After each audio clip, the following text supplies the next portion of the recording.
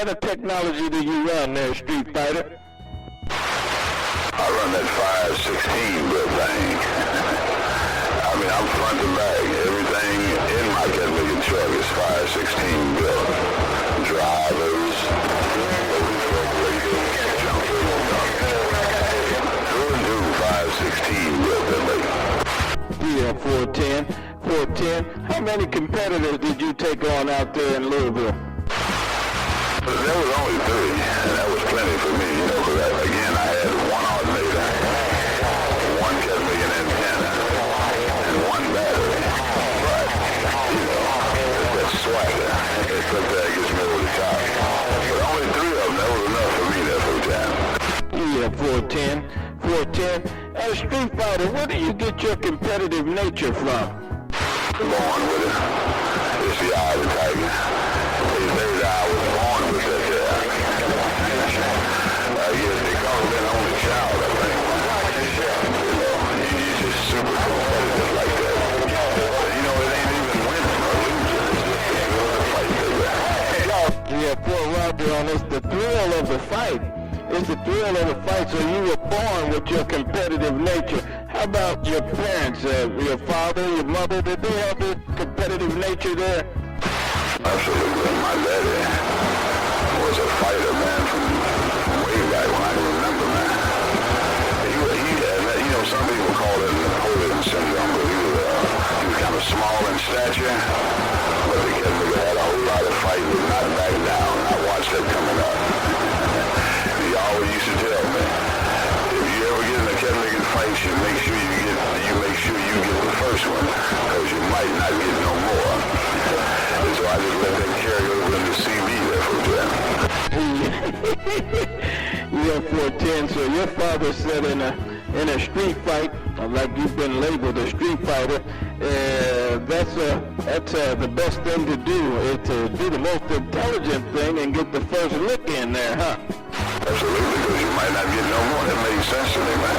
And even as a 9-10-year-old boy, it made sense. I remember getting in a fight where it was like 3 brothers down the street from me. And them Cat niggas, I ain't gonna lie, chased me home.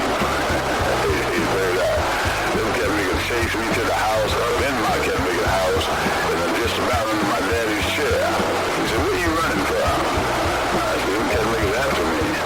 He said, "No son of mine run from nobody. You either gonna fight me or you gonna fight him." And he sent me back out there. He said that. When I got done, I was the last man standing there for them. Yeah, 410, like you usually are when you're out here doing your street fighting. Hey, well, let me ask you this. Where do you get your good sportsmanship and conduct from? Well, that's a Christian thing. You know, that's a new underwear you have and you underneath. And that's more of a moral thing. But it's no fun. It's just like an honor system. You know what I mean? There's no fun in cheating and, you know, doing it underhanded, because you have to live with that. You know, if you shoot a Cat to win, you still have to look at that Cat in the mirror. And that's you. So I'd rather be able to say, well, I put up my best effort, and it was his turn that day. But if I cheat the Cat to win, then I couldn't face myself that whole time. Yeah, 410. Well, sir, well spoken. Let me ask you this here then to the street fighter. Where do you get this thick skin you have? I mean, everybody on the band, included, I know you come up with these slogans and these constant joning contests. You've turned superstars into superstars and all kind of stuff like that. Where do you get this thick skin, this tough hide that you have? Yes, that's just like, you know, I guess the kids call it now, they rap at each other and do that. But back in the day, you know, we did in the alley, we joned, and, you know, there was no holding bars, you know. And if you couldn't handle it, you didn't do it. And so I guess that's just a conditioning thing. You know, you know going into, even when you're going into this joning, you know, talking about each other, you know going in, it's nothing personal. It's just, you know, just trying to get a big laugh. And just like with radio, it's nothing personal. But it's all about the fight, it's all about the competition. So I think if you go in there with that mindset, don't take that personal. I tell the Cat all the time, take your feelings and stick them in the trunk.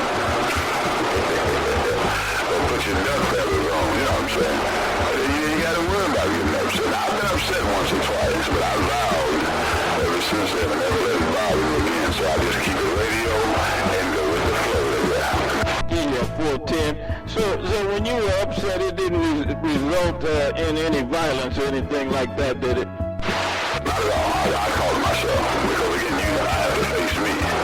But when it's all said and done, I have to be able to face me. So, if I went out there and, really knocked and kept making really got him over, just kept making radio, man, I wouldn't be able to understand that, kept me in that. So, I let it go right there. And ever since then, I keep smiling. Every time you see me, I'm grinning every day. Yeah, 410, no doubt about that. Well, then let me ask you this last and final question right here. Street Fighter, do you plan on having any more matches here in the up and coming in the future, the next 4 or 5 months? I know you're always in training. I always hear you say you're in training, and you consider yourself the lightweight champion of the cornfield. Who's your next opponent? I don't know. Come one day along. You can't, and I'm Street Fighter #1. That's a whole lot to carry, man. And so I got to live up to that. So I don't bar none. Win, lose, or draw. You know what I'm saying? It's on. I don't care if the cat nigga got more than I got. If that cat nigga, all the cat nigga do is got to say, you scared. And it's on like Donkey Kong. I don't care what he got. We got to settle that mono that we did. Yeah, 410. Yeah, 410. Well, I always say you have a competitive nature. And, I don't know about me, but I know most of the time I always say, Street Fighter, that you are absolutely the best sportsman on the radio. You have the best attitude about this. I saw it the day you went out and went and took on Dr. 144 when he called you out, and you went and took him on what nobody else would, and you didn't have the tops of your equipment at that point, but you still went out and accepted the challenge. How do you come to do things like this? That's it. Again, I appreciate the game. Because back in the day, when I started anyway, Kevin Bigger would come out and he started talking stuff. He could be clean on the other side of town. I've seen a Kevin Bigger drive down from Noblesville. Even Kevin Bigger halfway from here to Noblesville, Kokomo for a Kevin Bigger, just for a street fight.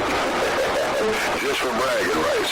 And so I learned it that way, and I appreciate the game. I appreciate the competition, and I appreciate the competitiveness of what we do. You know what I'm saying? And it's all good, clean fun, man. When it's all said and done, it's for bragging rights, So I just roll with it. I can't help myself, man. I learned more dangerous Slammmm and them kept niggas like that back in the day. No tail dragging them, man. Them kept niggas, we fight, spend half the day fighting, and the rest of the day laughing about it. Yeah, 410. Yeah, 410, boy, you're no doubt one of the funniest characters on the radio here, though, in the cornfield. And I appreciate you for letting me interview you and ask you some of these personal questions. It's giving me a lot of information about your nature, your behavior, as far as holding your title. And I hope you continue to hold your title. And I appreciate you being one of my strongest supporters for the page we have up there on YouTube. And I appreciate this interview. Thank you there, Street Fighter, a.k.a. Body Slam, and a bunch of other names, no doubt about it. I appreciate it too. And again, I know I tell you all the time, when we talk personal, but I really appreciate, the effort that it takes to put that together, man, kind of put us on the map. And I know I speak for all the fellas that, they got tape on there that we really appreciate your hard work and the effort. That's for sure. That's sincere on that, Kevin. Again, take care, get your head back later. Hey, the lightweight champ, a small fry, a street fighter, absolutely the baddest man on my block. I got that. Well, ladies and gentlemen, you heard